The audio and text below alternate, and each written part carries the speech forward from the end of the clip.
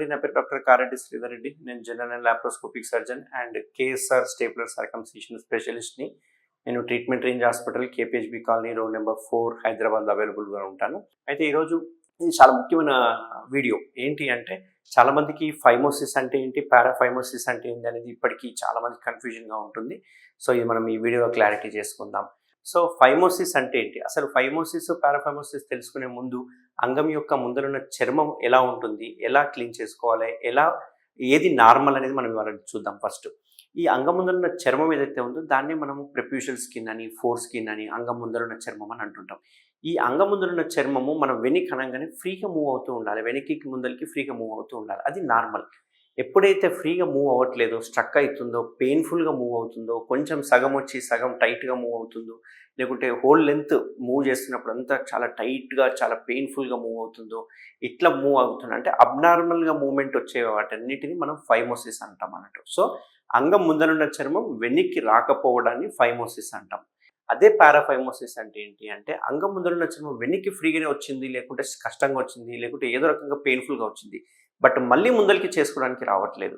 అట్లా మళ్ళీ ముందరికి రాకపోవడాన్ని పారాఫైమోసిస్ అంటాం. సో ఎందుకు ఈ పారాఫైమోసిస్ ఎందుకు ఇంపార్టెన్స్ ఇస్తాం, ఈ పారాఫైమోసిస్ వల్ల ఎటువంటి ప్రాబ్లమ్స్ వస్తాయనేది వాళ్ళు తెలుసుకుందాం.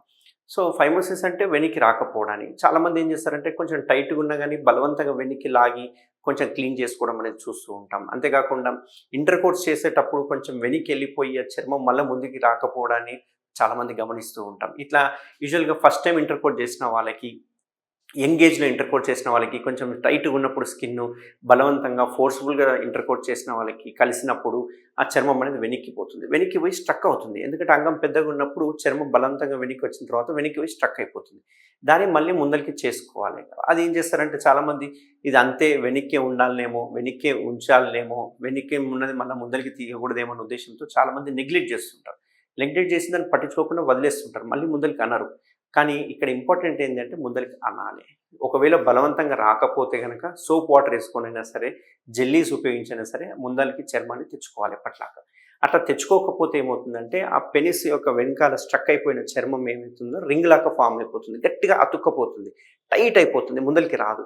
దీనివల్ల వెనక్కి వెళ్ళాల్సిన బ్లడ్ సప్లై అనేది స్ట్రక్ అయిపోయి వెనక్కి వెళ్ళకుండా అంగం ముందరున్న భాగం వాపు రావడము, ప్లస్ రౌండ్గా ఒక సర్కిల్ లాగా వాపు రావడము, నీళ్లు చేరిపోవడము, చెడు రక్తం పోకుండా ఆగిపోవడం, ఇట్లాంటివన్నీ చూస్తుంటాం. చాలామందికి 2-3 డేస్ తర్వాత నా దగ్గరకు వస్తుంటారు, సరే ఇది ముందరికి వస్తలేదు, ఇంతే అనుకుని వదిలేసినాము, బట్ ఇప్పుడు చూస్తేనే మొత్తం వాపు వచ్చేసింది, ఇప్పుడు నేను ఇంటర్ కోర్స్ చేయలేకపోతున్నా, విపరీతమైన నొప్పి ఉంది, సెకండరీ ఇన్ఫెక్షన్స్ వచ్చి ఇన్ఫెక్షన్ అయిపోయి చీమ్ గారడము, ఇంకా కొందరికైతే గ్యాంగ్రీన్ అయిపోవడం, అంటే ఆ చర్మం టైట్ అయిపోయి ఓసారి అంగం యొక్క సప్లై కూడా ఆగిపోతుంది. అంత టైట్ అయిపోయినప్పుడు ఏమవుతుందంటే చర్మం కూడా కుళ్ళిపోతుంది అన్నట్టు.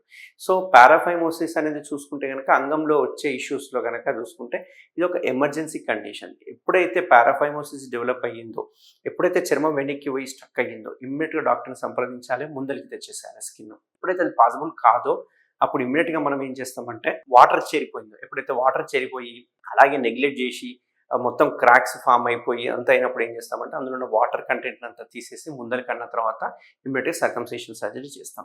ఇక్కడే ట్రిక్ ఏంటి అంటే పారాఫైమోసిస్లో ఒకవేళ పారాఫైమోసిస్ డెవలప్ అయిన తర్వాత సుంతి ఆపరేషన్ చేయాలి అంటే కన్వెన్షనల్ మెథడ్, ఓపెన్ టెక్నాలజీ కానీ లేజర్లో కానీ పాసిబుల్ అవ్వదు. ఎందుకు పాసిబుల్ అవ్వదు అంటే మనం అందులో ఉన్న వాటర్ అంతా తీసేసి ముందరికి వచ్చిన తర్వాత అంగం యొక్క ముందర చర్మము ఎడిమాటస్గా ఉంటుంది, అంటే వాపుగా ఉంటుంది. ఇట్లా వాపుగా ఉన్నప్పుడు మనకు ఓపెన్ సర్కంసిషన్ సర్జరీ కానీ, లేజర్ సర్కంసిషన్ సర్జరీ కానీ, రిమైనింగ్ స్టేప్లర్స్ కానీ చేయడానికి రావు. బట్ మన కేఎస్ఆర్ స్టేప్లర్ సర్కంసిషన్ సర్జరీలో అతి పెద్ద అడ్వాంటేజ్ ఏంటి అంటే మనం వాటర్ అంతా తీసేసి ముందరికన్న తర్వాత సేమ్ టైంలో సర్కంసిషన్ సర్జరీ చేసుకోవచ్చు. మనం ఇప్పటికీ చాలా సర్జరీ చేసాం, ఇట్లా దాదాపు 1000 దాకా పారాఫైమోసిస్ కేసెస్ని డీల్ చేశాము. ఈ ఎక్స్పీరియన్స్తో చెప్తున్నది ఏంటి అంటే ఎప్పుడైనా చర్మం వెనక్కి పోయింది అంటే ఏదో రకంగా సోప్ వాటర్ జెల్లీ పెట్టుకుని ముందరికి అనుకోకపోతే కనుక మీరు పారాఫైమోసిస్ తోటి హాస్పిటల్కి రావాల్సి వస్తుంటుంది. సో ఈ వీడియో చూసిన తర్వాత ఎవరైనా కనుక బలవంతంగా చర్మం వెనక్కి లాగితే కనుక దాన్ని వెంటనే ముందుకు తెచ్చుకోవాలనేది మెయిన్గా తెలుసుకోవాల్సిన విషయం. సో పారాఫైమోసిస్ డెవలప్ అయ్యిందంటే ఇమ్మీడియట్గా సర్జరీ కన్సల్ట్ అవ్వాలి. సో నేను ట్రీట్మెంట్ రేంజ్ హాస్పిటల్ అవైలబుల్ ఉంటాను. ఎవరికైనా పారాఫైమోసిస్ కనుక డెవలప్ అయితే కనుక మనం పారాఫైమోసిస్ని తీసేయడమే కాకుండా సేమ్ టైంలో సుంతి ఆపరేషన్ కూడా మన కేఎస్ఆర్ స్టేప్లర్ ద్వారా ఛాన్స్ ఉంటుంది. ఎవరికైనా పారాఫైమోసిస్ డెవలప్ అయితే ఖచ్చితంగా నన్ను కన్సల్ట్ అవ్వండి.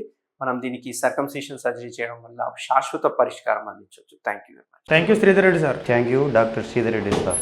Thank you Sridhar Reddy sir. Thank you Sridhar Reddy sir. Thank you Sridhar Reddy sir. Thank you Sridhar Reddy sir. Thank you Sridhar Reddy sir. Thank you Sridhar Reddy sir. Thank you Sridhar Reddy sir. Thank you Sridhar Reddy sir.